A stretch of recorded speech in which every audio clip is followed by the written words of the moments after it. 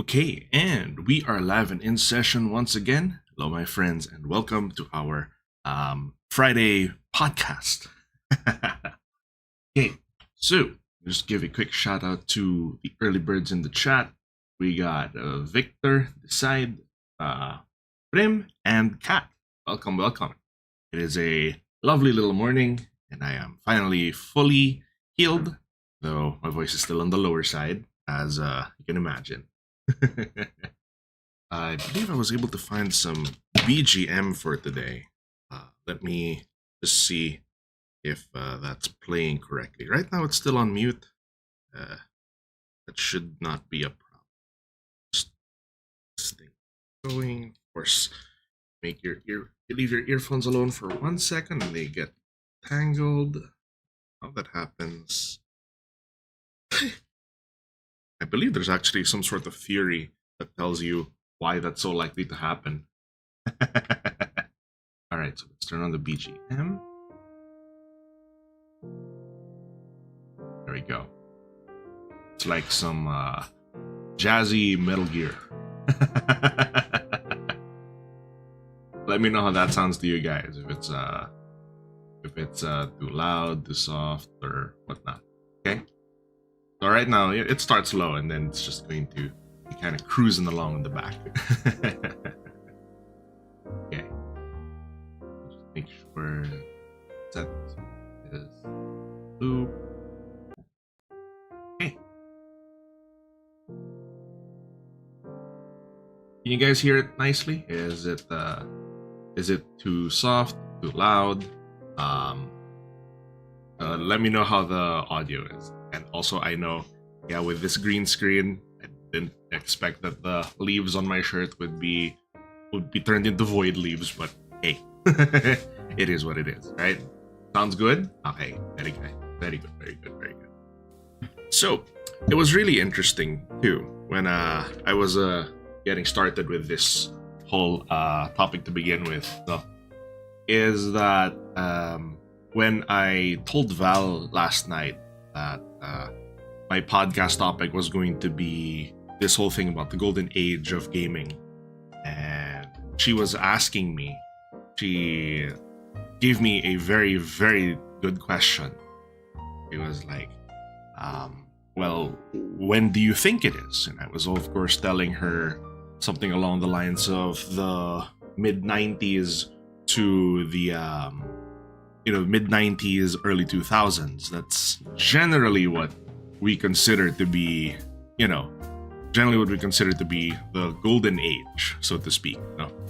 And she decided to ask me, like, given the tech we have today, given all the stuff we can do today but couldn't before, can't you also consider the current era golden age? And it is a valid question. She was saying we have motion capture tech, we have VR, the graphical fidelity is way beyond anything we could have imagined from those days back then. And the cinematics are amazing. We have these stories that can put movies to shame, and just outlining all of these things that are in support of the current day gaming. And that's perfectly valid. But I have to say definitively no.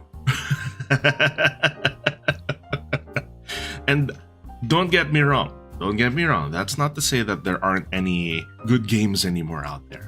It's not just me being a nostalgic old fart that's like shaking your fists at all the modern gaming. You kids and your tech.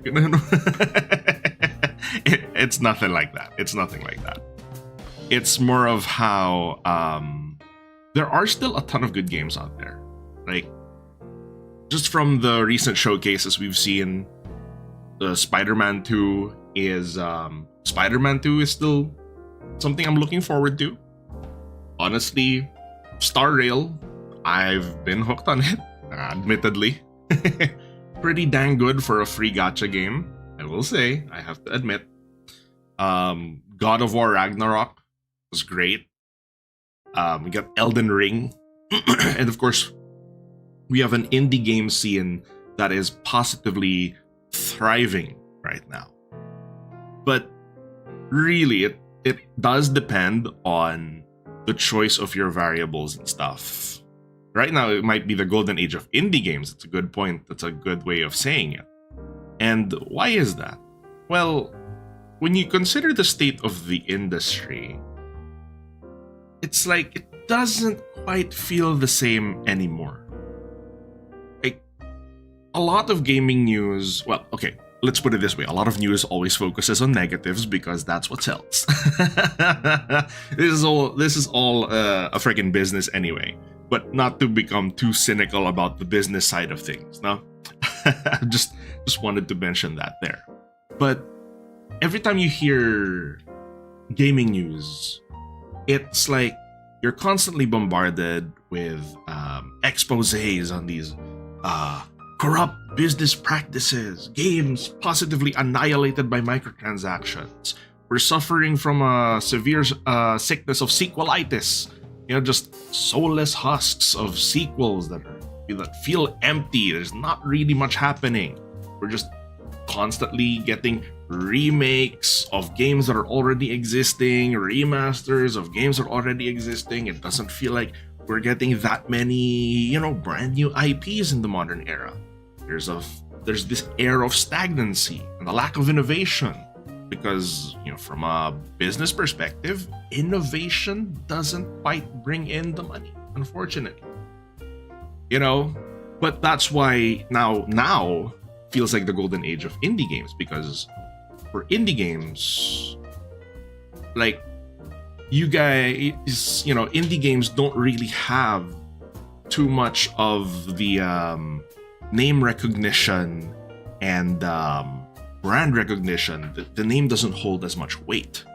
Like, sure, there are certain indie game companies out there that have forged a reputation for themselves of being, making top-notch quality games, such as Supergiant Games, the people behind the, Hades, Bastion, Pyre, Transistor, those fantastic high-quality games.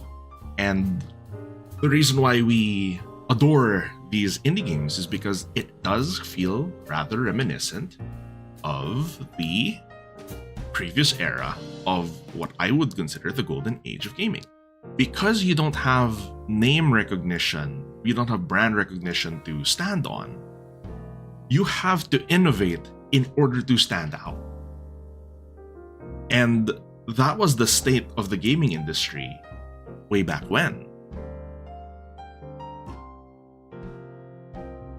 You see, Paul, Aztec, and George just dropped in. Nice. Hello to both, to all three, to both of you three.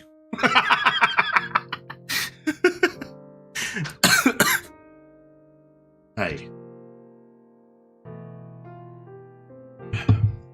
Because yeah, the primary thing that we always need to keep in mind whenever we talk about the state of the industry, is that it's a business at the end of the day. It really is a business, and the primary function of a business is to make that dollar bill. It's to bring in that cash, it's to bring home the money. And it's like going from a startup company to a big corporation, right? You have a startup scaling up, and it expands and grows into its own big thing.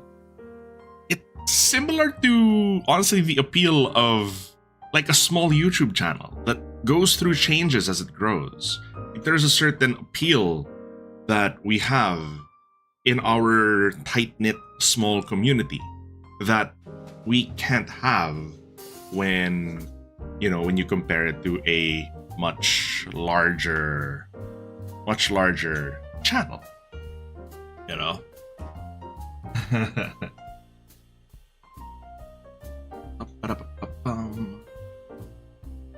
Okay, we got some questions from the chat. One says, while I agree on the whole microtransaction and brand stuff, I'd like to add the issue with AAA games that since 2012 the industry has been filled with activists. That is its whole can of worms. I agree with you there. Like, Discourse on gaming has really reached the mainstream, and that brings in a lot of the dirt that is involved with said said involvement. And then George says, Devil's Advocate, since I came in mid-preamble, sequelitis and remakes, couldn't that also be a way for old games to be brought back into circulation, especially for those who couldn't play it before? I definitely agree with you there.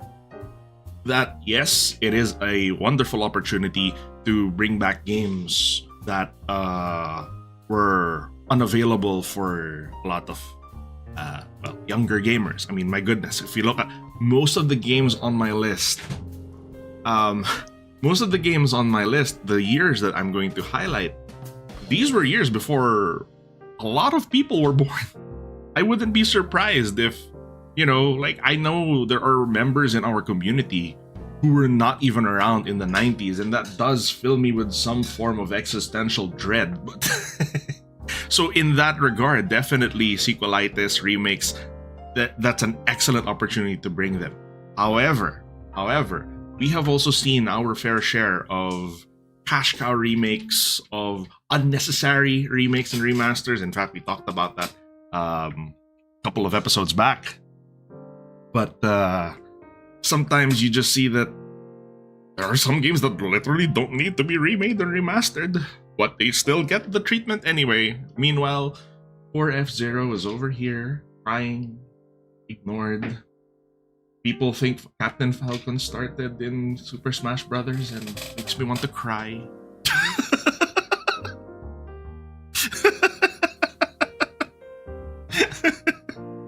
Legit, some people legitimately don't know what F-Zero is, and they think Captain Falcon started in the Super Smash Brothers, and that is painful. Yeah. Oh my gosh. You were born in 2004, so you're probably one of the... Oh my goodness, Kat.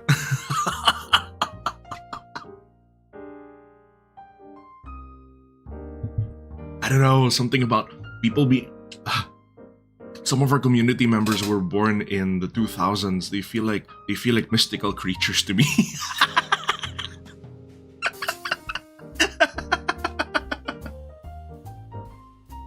It's hard to wrap my head around the concept. My goodness.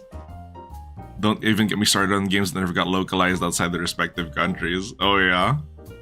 Yes, there. Captain Falcon, they thought he was from a fighting game, not a racing game. Oh, that is one of the greatest animations on YouTube. The whole Falcon Pants! The intensity of that.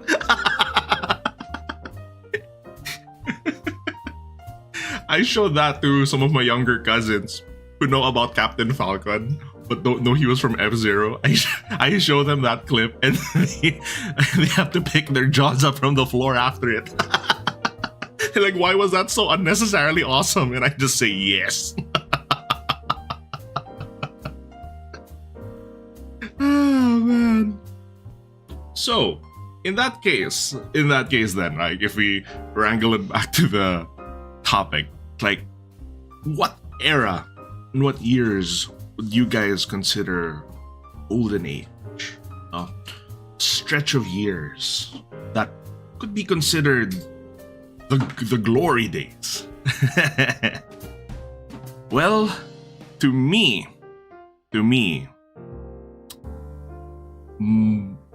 I would argue, like, if I was to look at a decade, 1994 to 2004 would be that decade. The 90s to the early 2000s. But if you would have me narrow it down even further, I would say it's 1997, 2001. Thereabouts. You can expand it to 2004. You can honestly expand it to 2004 as well. But 1997 was a breakthrough year for video games, for sure. Remember, there was that entire video game crash of 1980, 84, was it? I believe it was a video game crash of 83. There you go. It's 83. And the ones who kind of brought it back were Nintendo with their NES and stuff like that. But there was something fantastic about the 90s era of gaming. Let me put it this way. I'm going to just read some notable titles, okay, from these years that I wanted to highlight. And that it might be enough of a point. That might be able to prove my point enough. So, let's put it this way. Some notable titles from 94 was the first Mega Man X game. We had Donkey Kong Country. We had Final Fantasy VI. We had Doom 2 and Super Metroid. But this was still the era of the SNES. We were not even in the PlayStation era yet. But we were getting those kinds of games. These games were beginning of, some of them are sequels, but some of these also started some pretty special franchises that would last for years on end. 1995, we had Warcraft 2. We had Panzer Dragoon on the Sega Saturn, because at that time, the Sega was still part of the console market. We had Chrono Trigger, still perhaps one of the most well-regarded games of all time. We had Yoshi's Island, and of course, PlayStation 1 is released, but doesn't have quite the library yet. We had, what we had in 1995, we still had Twisted Metal. Boy, do I miss those car combat games so much. We spent so much time playing couch co-op with my friends, and we would suck at it, but we'd still have fun. 1995 also saw one of the most well-regarded titles of Street Fighter 2, one of versions of Street Fighter 2. We had Super Turbo that came out in 1995. And it was a Japan-only release at the time, but that's when Suikoden showed up too. See? We're starting to build that up. Starting to build it up. 1996. 1996 is now when you're gonna start seeing some even crazier heavy hitters showing up. Yeah. Tekken 1 came out in 94, but Tekken 1 was rough. Tekken 1 was rough. But 96 was when we had Tekken 2. We got Red Alert 1. We got Quake. We got Mario 64. It was startling when I looked it up. Like, I spent a lot of time on Wikipedia looking at the games list for each of these years. And I gotta tell you, man, the number of games and amazing stuff that were showing up here, 96 onwards. Wow, man. Chrono Trigger will always be the GOAT RPG. Anyone who says otherwise must be out of it. It feels like, I agree with you there, Paul. It's like, if anyone worth their salt wants to play, right? What is the quintessential JRPG? You have them play Chrono Trigger. That's what you give them. You haven't even heard of some of these. You may know some, but some are new names for you, which is understandable. As a 2000s kid, it is, I don't know. But this is why we kind of go back to that, what we were saying earlier, that remakes and remasters, ports and stuff like that, those are excellent opportunities to allow people to play these games when, probably wasn't even their era yet. And then, what else we have in 96? We had Mario 64, yeah, Crash Bandicoot. First Crash Bandicoot. Resident Evil 1. And as you guys were saying, Super Mario RPG. Well, you guys were mentioning it earlier. We got Super Mario RPG, but unfortunately, it was not, it took a while before it was released to the West. And then what else do we have? Kirby Superstar.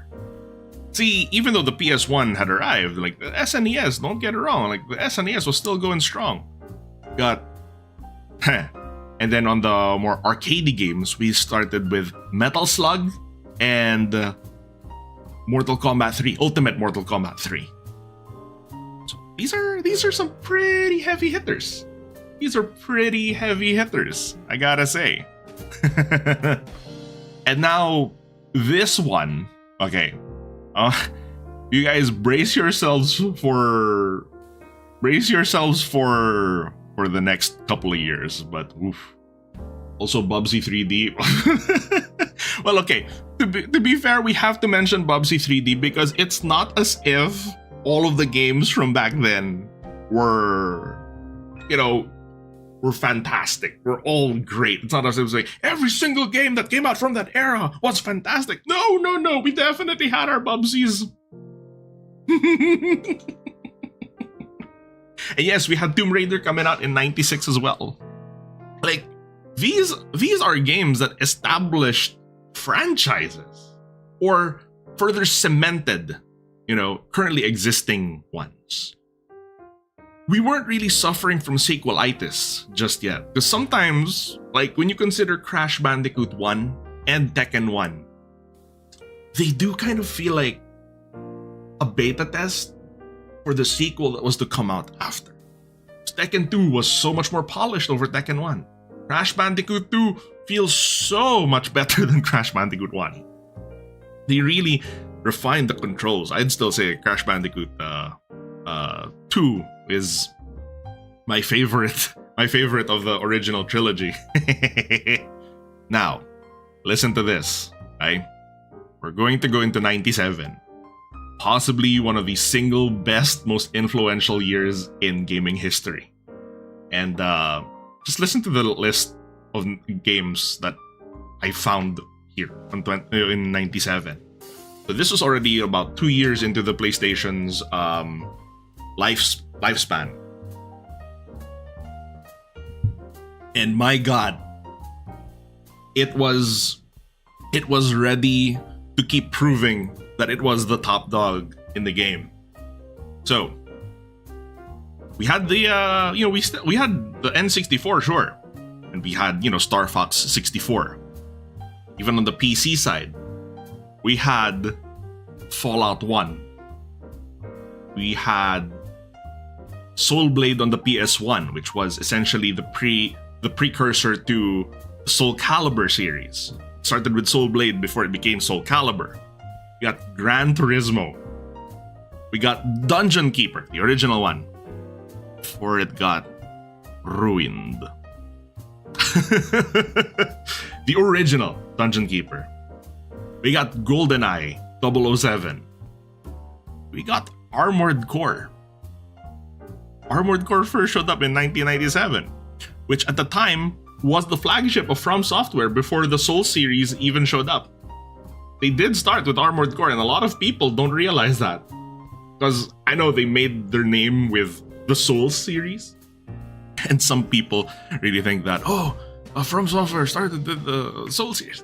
They really didn't. It was Armored Core before they got to the Soul series. Don't get it twisted. And we had Diablo 1. Now, of course, Diablo 2 refined the formula so much more, but Diablo 1 was the beginning of a franchise as well. There were, let me see. We had, GTA 1 started in 97? GTA 1 was in 97, and at that point it was still a top-down shooter. Like, let him go. Like tiny blips on a big map. You're just kind of top-down driving, and it was really, really it was beyond its time, of course. But when you see what happened when they finally went into full 3D on the PS2, woo, boy. Woo. Yeah. We had Oddworld, if you guys ever been familiar with that series, started with Abe's Odyssey. Those are games that really held a special place in my heart. And I have a soft spot too for some of the more obscure titles as well. We were talking about this the other day, you guys, but Jersey Devil. The Jersey Devil was in 97 as well. There was also this, I'm not sure how obscure it was at the time, but I wonder if you guys had ever heard of a, what do you call it? Had heard of a 2D side-scroller shooter called Einhander, which is the German word for a one-hander. And it was a sci-fi space shooter that was pretty beyond its time, I would say.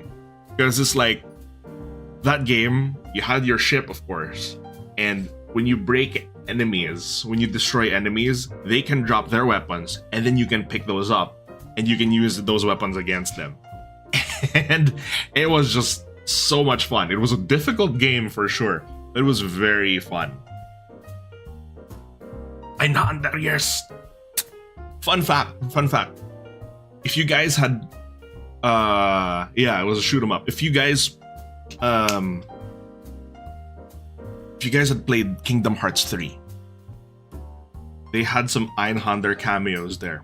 Because Einhander was made by Squaresoft before it became Square Enix. So seeing the Einhander cameos in Kingdom Hearts 3 filled me with so much joy. Like being able to fight the Schwarzgeist, which was the one of the big bosses, like the giant satellite station, but you're fighting it in 3D. Like it was your ship, instead of like you're now on side scroller, you're now looking at it in front of you, and this thing was just firing like crazy. It was the best. I was saying, please, I think they showed that they have the potential. Please just make a modern day Einhander. Thunder Force 5, bro. Right? Had some fun stuff. He had so much fun stuff. And like I said earlier, that Crash Bandicoot 2. For the fighting game fans out there, we had a slightly more obscure Capcom title called Rival Schools. Oh man, I love that game. That was a local favorite with me and the neighborhood kids. That was so 90s anime. It was amazing. We had Bloody Roar. We had arguably one of the best games in the Mega Man X series. That's when Mega Man X4 showed up too. And our heart must go out to Mega Man Legends. Bro. Mega Man Legends! I am still so heartbroken with the cancellation of 3. Because Mega Man Legends was such a fun spin-off series.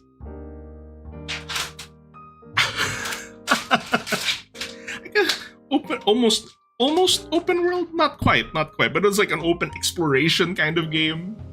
You had Street Fighter 3. Yeah. And okay, I mean, we also have more big hitters. Listen to this. All in 1997.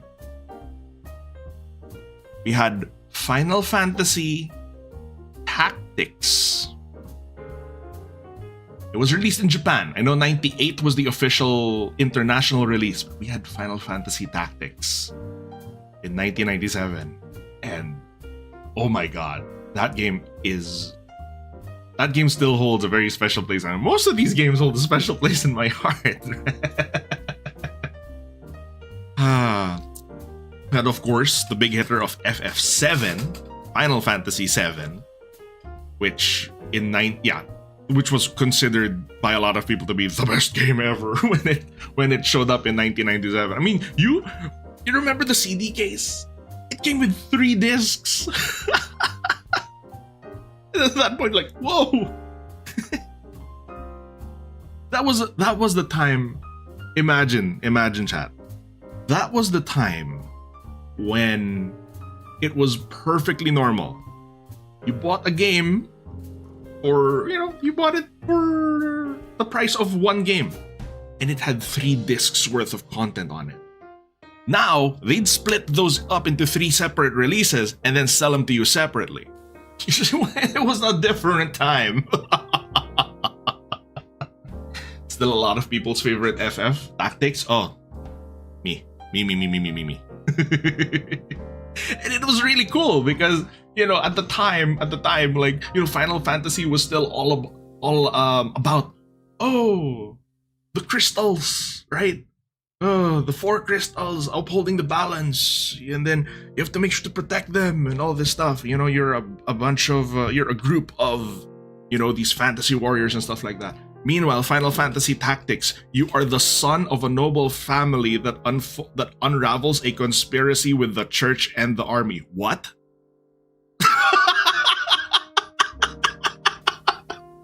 What?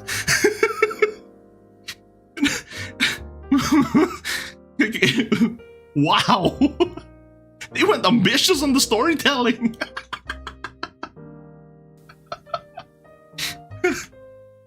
Oh man. And the last game I have here on this list is perhaps my favorite game to come out from 97. Castlevania Symphony of the Night.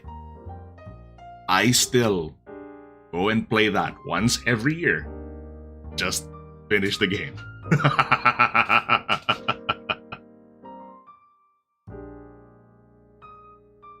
We were a sort of anti-hero in FF Tactics? No. That was your best friend. That was your best friend. Delita. You, as Ramza, you were kind of like supposedly the good boy, You were loyal to your family, the army, and the church and whatnot as this stuff. And then you unravel all these conspiracies, and then you're like, wow, this is all BS, and you turn your back on that life, and that's when you become a bit of an anti-hero.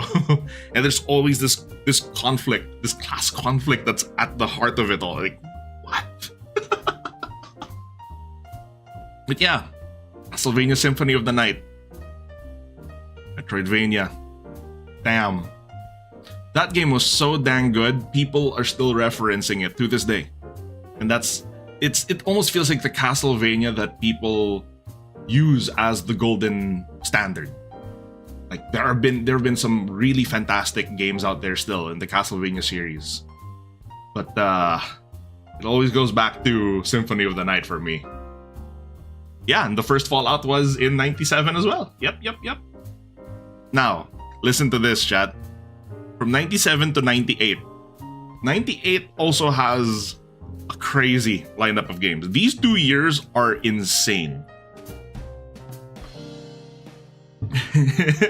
What is a man? You're gonna have Paul recite the whole speech now. It was not by my hand that I was once again given flesh. And I love the voice acting is just perfect. It's cheesy and a little cringe, but it was so perfect for the 90s. Listen to this though. 1998. Ocarina of Time. Metal Gear Solid. Tekken 3, Half-Life, Resident Evil 2, Baldur's Gate, Xenogears, Sonic Adventure, Banjo-Kazooie, Pokemon Red and Blue, Parasite Eve, Marvel vs. Capcom, Spyro 1, StarCraft. What? What? Just when you thought 97 was, full of bangers, 98 hits you with MGS. damn. Now, if you want to talk about games that are beyond its time, I went and rewatched some of the dialogue they were having in '98 with Metal Gear Solid. It was amazing to me that they were talking, because when I was playing it as a kid, all of that dialogue, all of the political commentary went over my head. I rewatch it as an adult now, and I'm like, that was so beyond its time. all of these games were just fantastic. They're all beloved games. The first Age of Empires showed up in 97 too. Yeah, I told you that year's loaded. 97, 98. Dude, boy. In 1999, we got Soul Calibur 1 on the Dreamcast, I believe. Silent Hill. FF8. Chrono Cross. While still not as good as Trigger, I would say had one of the best soundtracks on the PS1. Right? I don't know how they were able to get all those instruments and all the sound quality on a PS1 like that. I still listen to that soundtrack. I still have it on my Spotify saved. The codec for Meryl was on the back of the box. Yes! Yes! 1999 also saw Age of Empires 2. Medal of Honor. That was before the Call of Duty series was around. It was Medal of Honor. System Shock 2. Crash Team Racing. I wonder if this next title is gonna be some hit of nostalgia for you guys. The Legacy of Kain Soul Reaver. Any of you OGs played those? Any of you guys played that? 1999 also saw the first Super Smash Bros. Donkey Kong 64. Rainbow Six, yeah. Team Fortress Classic. Pokemon Stadium 2. Street Fighter 3 Third Strike. The reason why you have to mention Third Strike is because that was the game where Evo Moment 37 happened. These are games with legacy. Counter-Strike, boy. The local internet cafe favorite in the Philippines before Dota came out, huh? Everyone is playing Counter-Strike. Spyro 2, Unreal Tournament, Mario Party, Pokemon Gold and Silver. Did I already mention Unreal Tournament? Man, the first Digimon World was also in 99. You see why it's hard to argue against the 90s, like the late 90s especially? It's really hard to argue against that frigging lineup, right? The OG Counter-Strike, yes. The Tony Hawk games, the Pro Skater series started here too. 1v1 deathmatch knife only, correct, classic. That's how you dealt with street justice back in the day.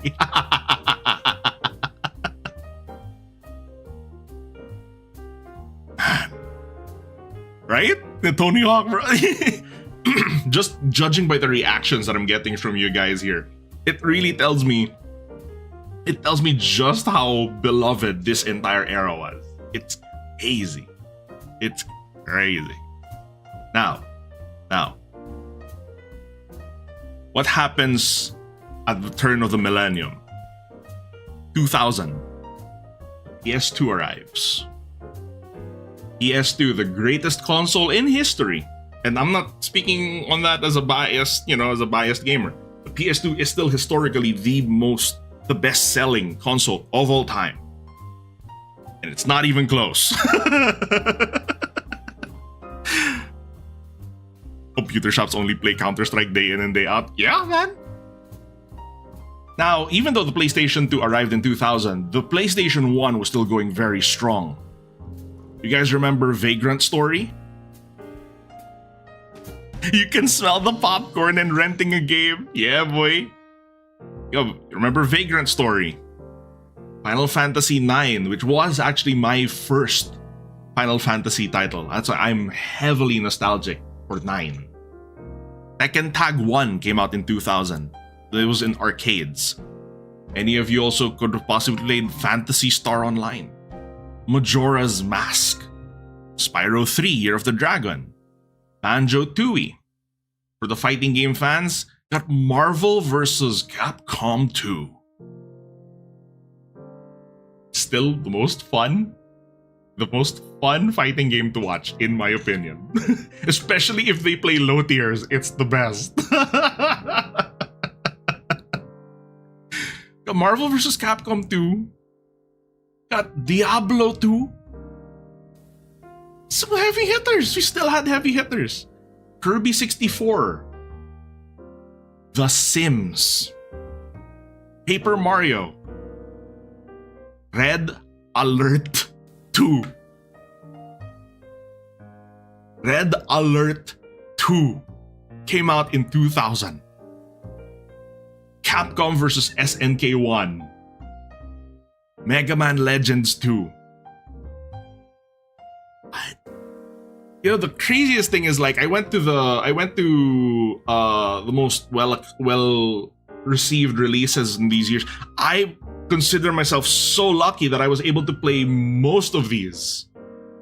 The Sims started in 2000. Red Alert 2. Hero reporting.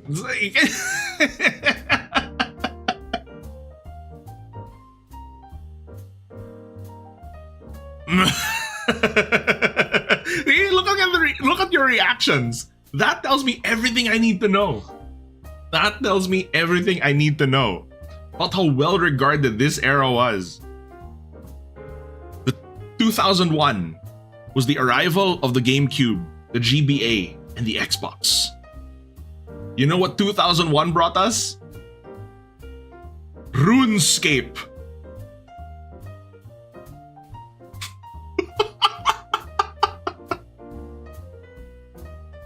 RuneScape.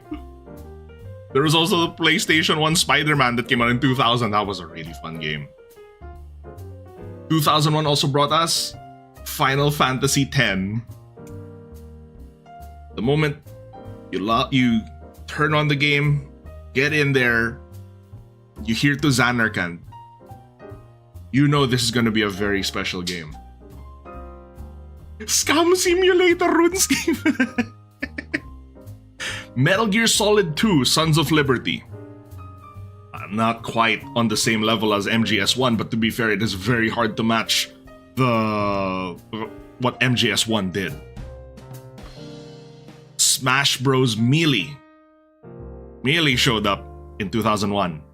Phoenix Wright Ace Attorney showed up in 2001. What else? Advance Wars, Animal Crossing, Devil May Cry. This is when a lot of other, series showed up. The Burnout series, Fatal Frame, Halo, anyone? Jak and Daxter, Grand Theft Auto 3, Mega Man Battle Network, Silent Hill 2, Golden Sun, Conker's Bad Fur Day. Should I say anything more? I'm not sure if I already mentioned Capcom vs. SNK 2. Still one of the best fighting games of all time. Yeah, the beginnings of a lot of franchises really started showing up in 2001. My goodness, this was a big, pivotal year as well. And then Phoenix Wright Your Beloved, that's a really good game. Sonic Adventure 2, correct.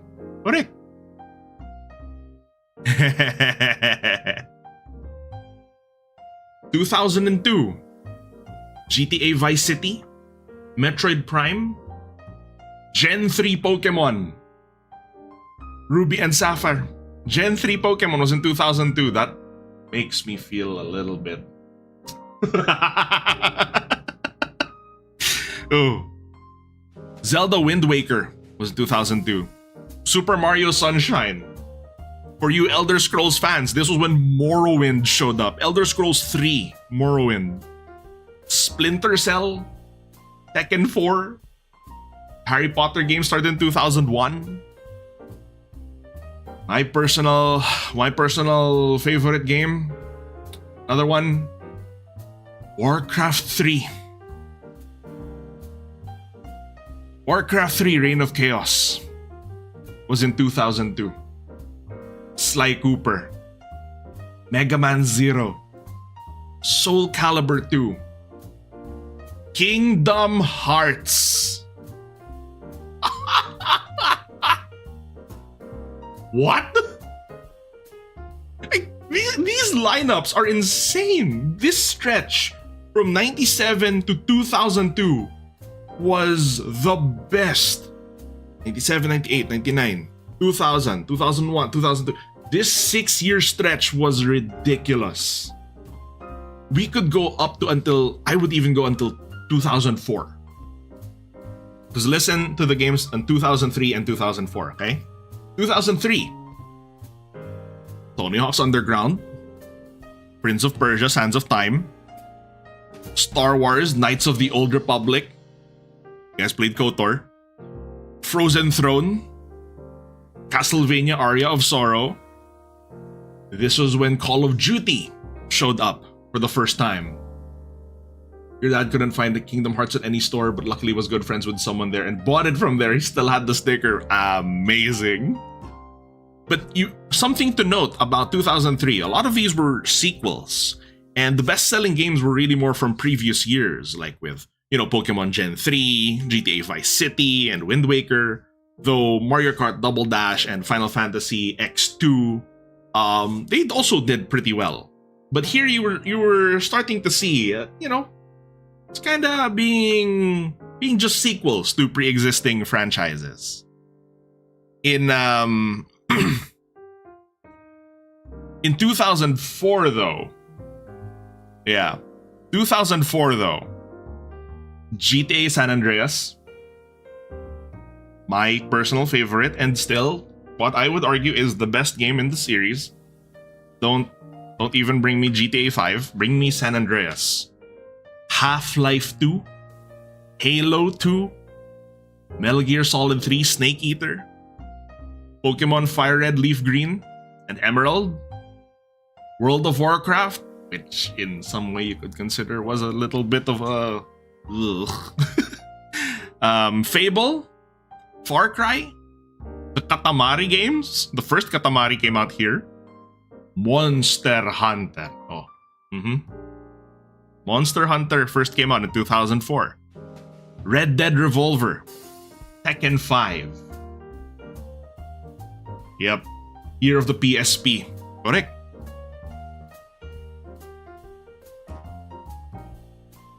Ninja Gaiden, Def Jam Fight for New York, if you guys played that. The original Far Cry was all the way back in 2004. And you're gonna start to see a trend past 2004. A little past 2004. Most of the stuff we were getting at this point, it was 2005, 2006 was when I would start considering the beginning of modern day gaming as we know it. Because 2005 saw the release of Xbox 360 with Xbox Live. We had Resident Evil 4, Devil May Cry 3, Kingdom Hearts 2, Mario and Luigi Partners in Time, God of War started here, Shadow of the Colossus. We also had GTA Liberty City Stories. We had, but you'll notice, right? Dynasty Warriors 5. Most of these are noticeably sequels. Paper Mario was in 2004. Yes. I believe that was the international release. Sly Cooper 3. Yep. And then, what was it? 2006 was when things started to change a little bit. Because now you had Sims 2 was 2004, enough said, yep. But 2006 was the beginning. Because the Wii and the PS3 arrive, and online functionality now becomes more mainstream. These consoles came with network functionality. And we had Zelda Twilight Princess, we had Vice City Stories, New Super Mario Bros., Sonic 06, Dead Rising, Bully, Gears of War, Just Cause, Okami, Prey, Saints Row, Oblivion, Pokemon Diamond and Pearl, Final Fantasy 12. But remember, 2006, because of Oblivion, also showed the very first microtransaction to show up in modern gaming. Oblivion Horse Armor. Though the year itself was amazing, you were starting to see those things. Persona 3 was in 2006 as well, yeah. You're gonna start to see them. Despite the complaints about that, the Oblivion Horse Armor did sell. Was making money.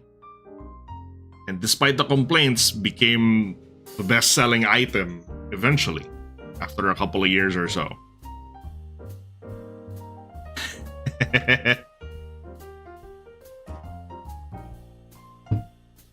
2007 had Call of Duty 4, Team Fortress 2.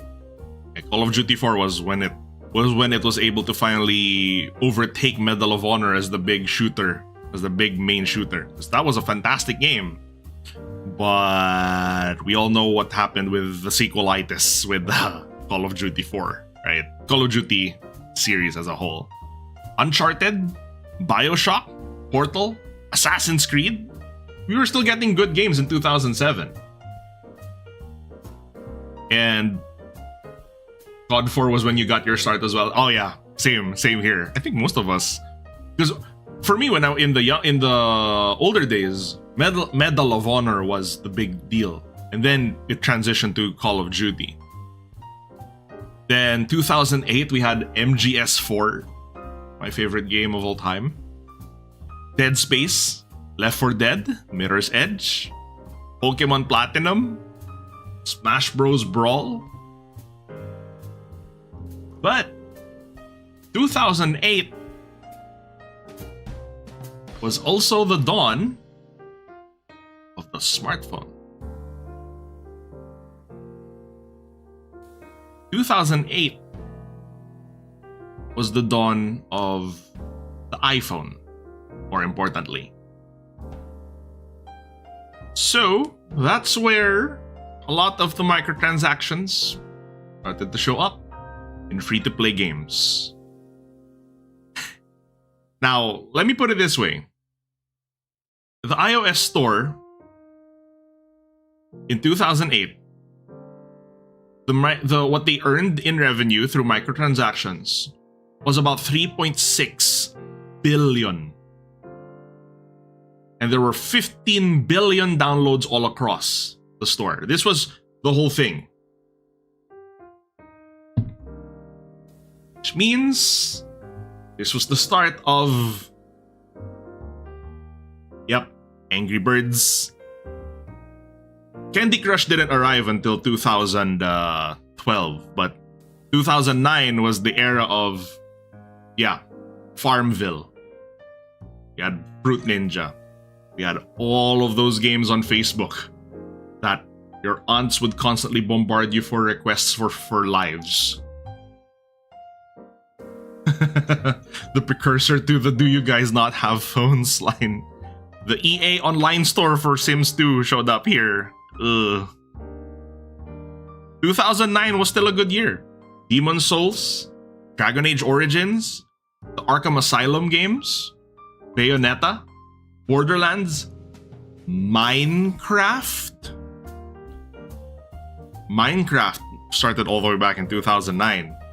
And a humble little game called League of Legends showed up in 2009 as well.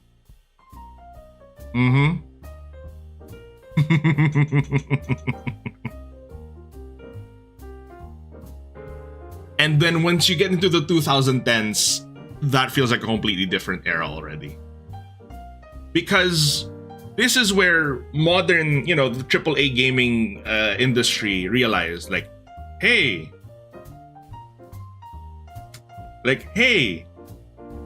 you mean we can make so much more money by doing this? Oh no. Apple started the microtransaction? Yep. Apple made it mainstream. Because yet the Oblivion horse armor was an isolated incident. Yes, it did become a big deal.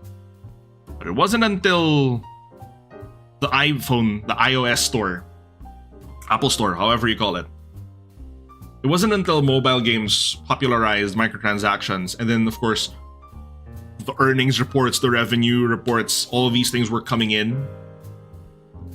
And yeah. Though, even though there were still a lot of good games that were coming out in that era, when you compare it to the absolute juggernaut of a lineup that we had in the late 90s, didn't quite hit the same notes. Though Street Fighter 4 released in 2008, which revitalized the fighting game industry, agreed. But once we get into the 2010s, it's a different era because now microtransactions are popular. Innovation is not as incentivized anymore. Call of Duty becomes a formulaic yearly release. Other games follow suit. Eventually, we get the Ubisoft open worldification of everything. And we start playing safe. Don't even get me started on how Overwatch popularized loot boxes by 2016. And if anything, the internet capabilities that were becoming mainstream were also when some developers could be argued to be getting a little bit complacent. Because now they're like, oh, we can release an unfinished game and then update it later. Kind of funny how in 2016, along with Overwatch and the popularization of loot boxes, came the first version of No Man's Sky. Now, yes, No Man's Sky eventually got better, but you couldn't get away with those kinds of antics in the 90s because we didn't have that level of internet capability yet. So you were forced. That's the thing too. The limitation of not having internet and all these update servers and whatnot. These things, the lack of these features, were what forced these developers to release complete, finished, polished games because you couldn't update that anymore. You couldn't just, oh, let me just fix that with a patch. Right? Gacha games were being a big thing too. My goodness, 2017 had the frigging Star Wars Battlefront 2 controversy. Yeah. Nintendo 2010s were playing it safe until the Switch release. Agreed. And don't get me wrong, there were still some good games coming out there. Yeah. If you ran into a bug, guess what? You just dealt with it. Yeah, and some of these bugs would become legendary speedrun tactics and exploits. 2013 brought us GTA 5, and with GTA 5 came GTA Online, and hasn't been the same since.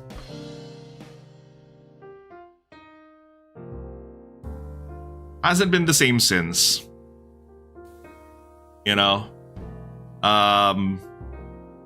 2014 had Hearthstone, Destiny, Smash 4, Bayonetta 2, Mario Kart 8. 2015 gave us Witcher 3, Undertale, and Bloodborne. But despite all of these good games, you couldn't help but see it through the lens. There was this frame of you were seeing it through this frame of in the background, there was something sinister happening in the industry. where it seems like the business side of things was starting to get a little bit in the way of just making good games, of just developing fun things for everyone to enjoy. That Battlefront Reddit post is still the most downvoted. Oh yeah, a sense of pride and accomplishment. Oh my god. The most tone deaf.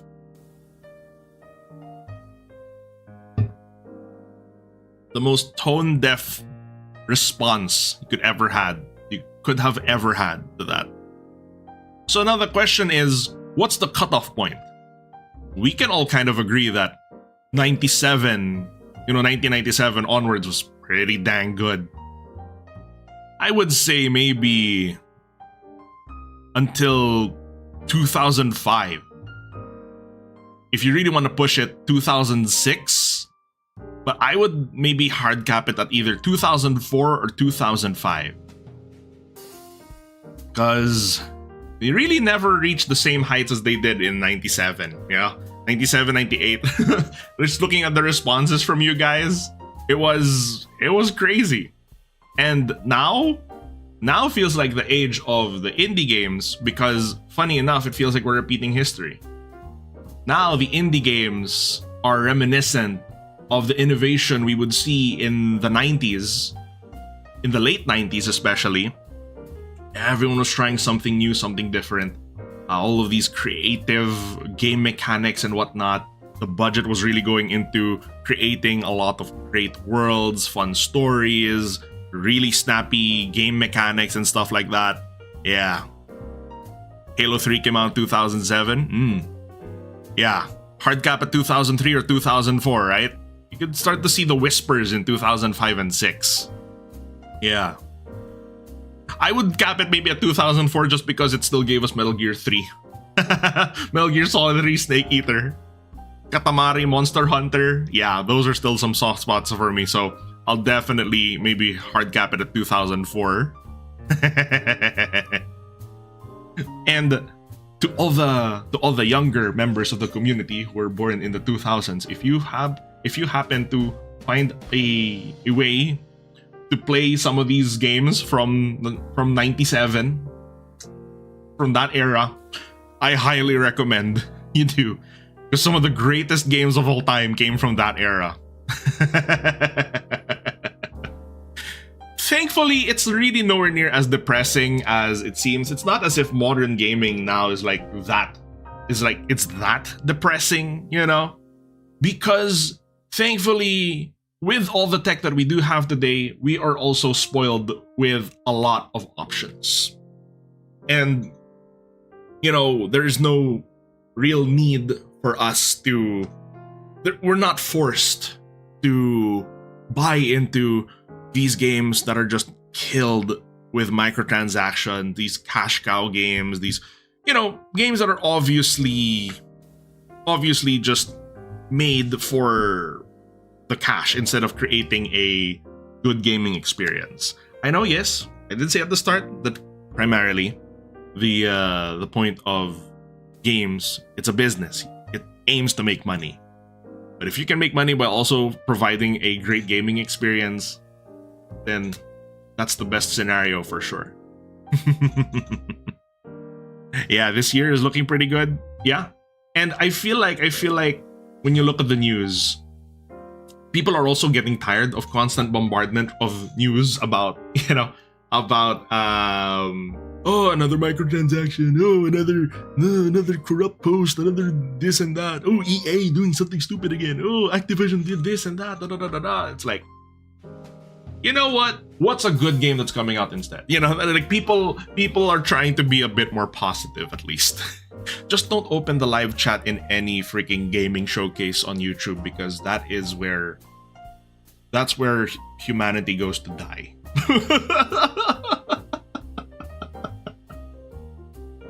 Yeah. Emulation exists, Paul. Yeah. So all that to say that gaming is still going strong. But when you look at the golden years, there's a reason why people still look very, very fondly on the 90s. The late 90s in particular. Because the games that came out there started a lot. And did a lot for the modern industry as we see it. Some good modern games. Oh God, yeah, Hollow Knight. Hollow Knight was one of my favorite games that came out in 2017. Absolutely. But Hollow Knight is also indie game, which is perfect because next episode is going to be highlighting the indie games industry.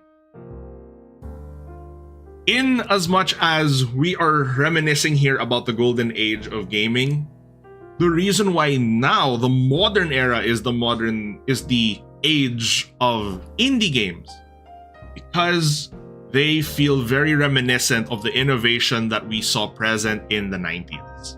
And the availability of indie games, the price point, the experience you get with them. Yeah. Those games, those indie game companies, they're on a roll. And it's just more exciting to see what they're gonna come up with next. Huh? So I think that's all the time we have today, chat. I hope you enjoyed walking down memory lane with me. And for those of you who were too young, who didn't make it through the 90s, I hope you find a way to be able to check out at least some of those beloved titles. You're gonna see those games still aged well. Those games aged well, I will say. So essentially, part 2, quote unquote, no? But it's gonna be focusing on the indie games. Alright, chat? So with that, I would say our session is adjourned. Everybody, please take care of yourselves. Have a lovely rest of your day, afternoon, and evening. Have a great weekend, and I will see you in the next one. This is Senator War Chief signing out.